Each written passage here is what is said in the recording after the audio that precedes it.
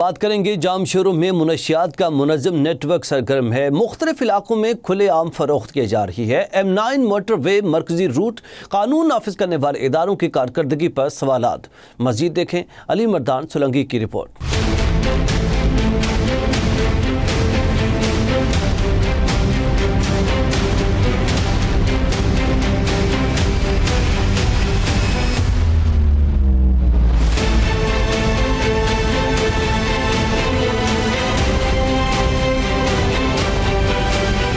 جام شورو جو کبھی علم و ادب کا مرکز سمجھا جاتا تھا، آج منشیات کے ایک خطرناک اور منظم نیٹ ورک کی لپیٹ میں آ چکا ہے۔ شہر کے مختلف علاقوں میں کھلے عام منشیات کی فروخت جاری ہے، جبکہ ذرائع کے مطابق M9 موٹر وے اس غیر قانونی دھندے کی مرکزی گزرگاہ بن چکا ہے۔ اس روٹ کے ذریعے بڑے مقدار میں منشیات نہ صرف جام شورو بلکہ سندھ کے دیگر اضلاع تک سپلائی کی جا رہی ہے۔ جام شورو میں منشیات اپلائی ہو رہی ہے تو اس میں پولیس فیلیور بہت زیادہ ہے۔ ڈیفینیٹلی وہ ان ایکشن بھی ہوتے ہیں، مگر یہاں پر جو منشیات کی ایکسیس ہے، اس ایکسیس ڈیلرز جو ہیں نا، جب تک ان کا جو ہے کہ صفایا نہیں ہوتا، جب تک ان کے خلاف جو ہے کہ وہ ایکشن نہیں ہوتا، جب تک ان کے خلاف جو ہے کہ وہ کارروائی نہیں ہوتی ہے، تب تک جو ہے کہ اس منشیات کا جو ہے یہاں پر ریسٹرین ہونا امپاسبل ہے۔ بہت سارا ایک کام پولیس نے کیا بھی ہے، مگر اور زیادہ کام پولیس کو کرنے کی ضرورت ہے، کیونکہ یہاں پہ منشیات جو ہے نا M9 موٹر وے سے سپلائی ہوتی ہیں، اور جو ہے نا وہ کوٹری جنکشن سے جو ہے کہ اس کا ایک جو ہے کہ وہ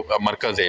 تو ان دونوں پہ جو ہے کہ وہ پولیس اپنے آنیسٹلی سے اپنی ڈیوٹیز پرفارم کریں، تو میں سمجھتا ہوں کہ یہ منشیات کی سپلائی پہ بہت ساری روک تھام ہو سکتی ہے۔ اور حیران کن بات یہ ہے کہ police, DIB، CIA، special branch, RRF اور ایکسائز جیسے اداروں کی موجودگی کے باوجود یہ کاروبار نہ صرف جاری ہے بلکہ دن بدن پھیلتا جا رہا ہے۔ اب سوال یہ پیدا ہوتا ہے کہ کیا متعلقہ ادارے اس نیٹ ورک سے لاعلم ہیں یا پھر کہیں نہ کہیں ملی بھگت کا عنصر بھی شامل ہے۔ ڈسٹرکٹ جام شورو تعلیمی شہر تھا، لیکن اب یہ ڈسٹرکٹ جام شورو منشیات کا گڑھ ہے، گیٹ وے، پوری سندھ سے پورے ملک پہ یہاں سے منشیات جو ہے فروخت ہوتی ہے، اور اس میں جو سب سے بڑا کردار ہے وہ ہمارے ڈسٹرکٹ جام شورو کی پولیس کا ہے۔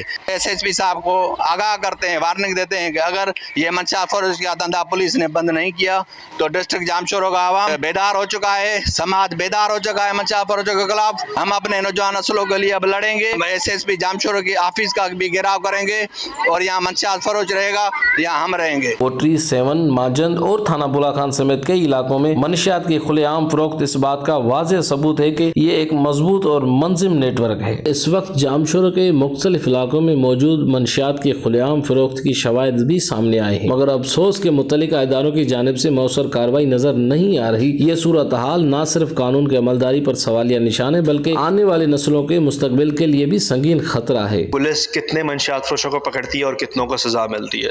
میں آپ کو پچھلے 1.5 سالوں کے اگر فگرز بتاؤں تو جو مین ڈرگ ڈیلرز تھے، آئس کے، چرس کے، میجورٹی آف دیم جام شورو کے دے آر بیہائنڈ بار، اور بہت سے لوگوں کو سزا بھی ہو چکی ہے۔ مور دین 70 لوگ ایسے ہیں جن کو سزا ملی ہے صرف 1 سال میں۔